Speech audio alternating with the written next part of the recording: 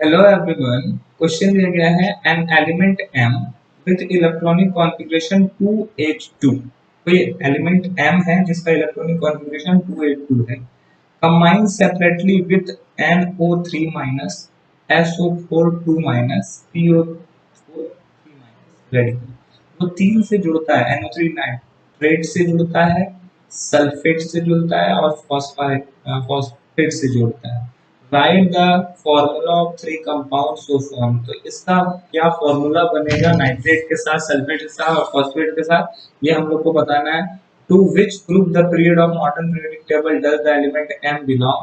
और modern periodic table में element m कौन से ग्रुप एंड कौन से पीरियड से बिलोंग करता है। और इसी में क्वेश्चन है, विल m फॉर्म कोवलेंट और आयनिक कंपाउंड। m कौन सा बॉन्ड बनाएगा, आयनिक बॉन्ड बनाएगा या कोवलेंट बॉन्ड बनाएगा या कैसा कंपाउंड बनाएगा। और हम लोग को सभी का रीजन देना है कि क्यों ऐसा क्यों होगा। तो चलिए स्टार्ट करते हैं हम लोग। एलिमेंट का इलेक्ट्रॉनिक कॉन्फ़िगरेशन m है, एक एलिमेंट, इसका इलेक्ट्रॉनिक कॉन्फ़िगरेशन 2h2। तो अगर हम लोग इसको जोड़ लें, इलेक्ट्रॉन को जोड़ लें, तो ये टोटल नंबर ऑफ इलेक्ट्रॉन 12।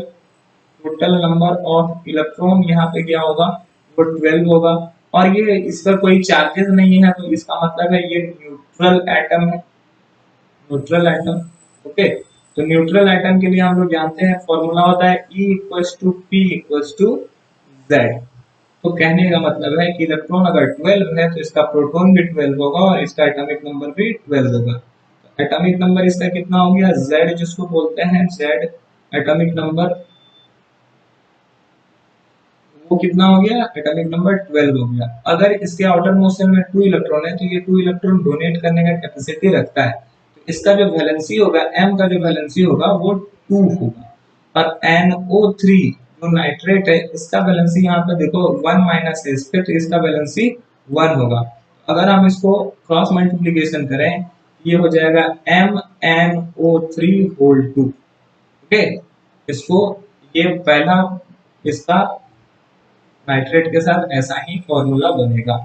दूसरा फॉर्मूला अगर सल्फेट के साथ बनाया जाए, तो सल्फेट मैग्नीशियम का, सॉरी, मेटल का जो वैलेंसी है वो 2 है और सल्फेट आयन का जो वैलेंसी है वो भी 2 है, क्योंकि इस पे 2 माइनस चार्ज है, तो सेम वैलेंसी रहेगा तो वो कैंसिल हो जाएगा और ये हो जाएगा MsO4।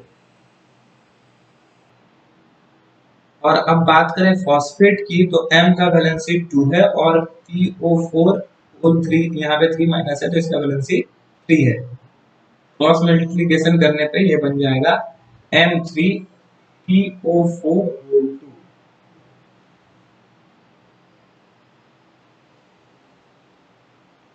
तो ये तीसरा फॉर्मूला बनेगा। तो इस तरह से तीनों फॉर्मूला बन जाएगा, क्योंकि आपको पता है कि क्रॉस मल्टीप्लिकेशन होता है और फॉर्मूला अगर बनता है तो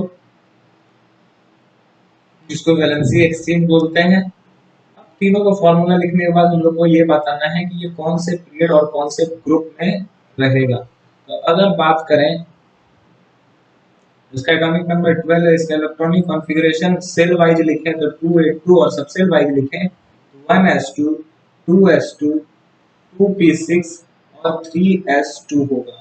तो s ब्लॉक जो होता है ये s ब्लॉक का एलिमेंट है। अगर आप लोगों ने पीरियोडिक टेबल देखा होगा तो पीरियोडिक टेबल में आप लोगों ने देखा होगा s ब्लॉक जो होता है सबसे शुरू में होता है, यहाँ पर s ब्लॉक होता है। s ब्लॉक में दो ही ग्रुप होते हैं, ग्रुप 1 एंड ग्रुप 2। तो ग्रुप 1 ये है, ग्रुप 1 एंड ग्रुप 2। तो यहाँ पर दिखाया गया है कि हम लोग S2 में है, तो S में ग्रुप 1 और ग्रुप 2, S1 होता है ग्रुप 1 के लिए, S2 होता है ग्रुप 2 के लिए, तो ये ग्रुप 2 का एलिमेंट है। और यहाँ पर आगे में अगर यहाँ पे 3 लिखा हुआ है तो ये नंबर ऑफ सेल को बताता है, ये नंबर ऑफ पीरियड को भी बताता है। ये फर्स्ट पीरियड, ये सेकंड पीरियड, थर्ड पीरियड। तो इसका जो पोजीशन है मॉडर्न पीरियोडिक टेबल में, ये थर्ड पीरियड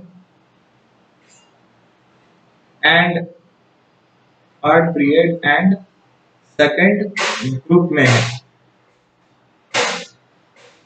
थर्ड पीरियड के सेकंड ग्रुप में ये बिलोंग करता है। तो इसका पीरियड मॉडर्न पीरियोडिक टेबल में यही पोजीशन है।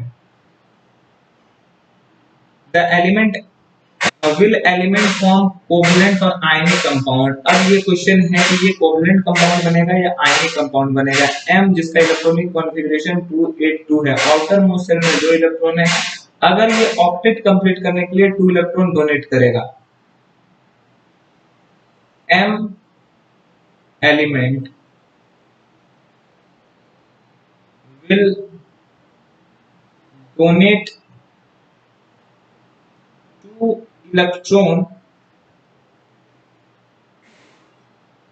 to complete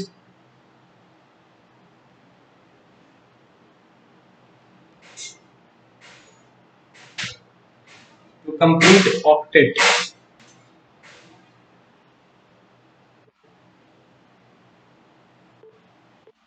To complete octet.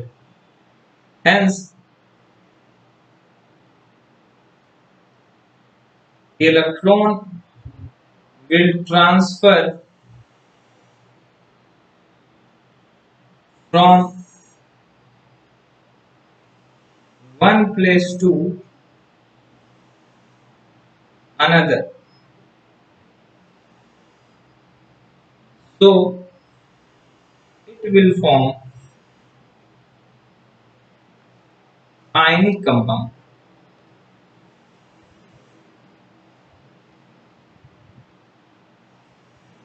ये आउटर मोस्ट शेल में 2 इलेक्ट्रॉन है, ये 2 इलेक्ट्रॉन को डोनेट करेगा तो ये M2 प्लस बन जाएगा, ये पॉजिटिव आयन में, ये तो आयनिक बॉन्ड बनाएगा क्योंकि ये इलेक्ट्रॉन ट्रांसफर होकर दूसरी जगह पर किसी दूसरे एलिमेंट के साथ मिलने वाला है।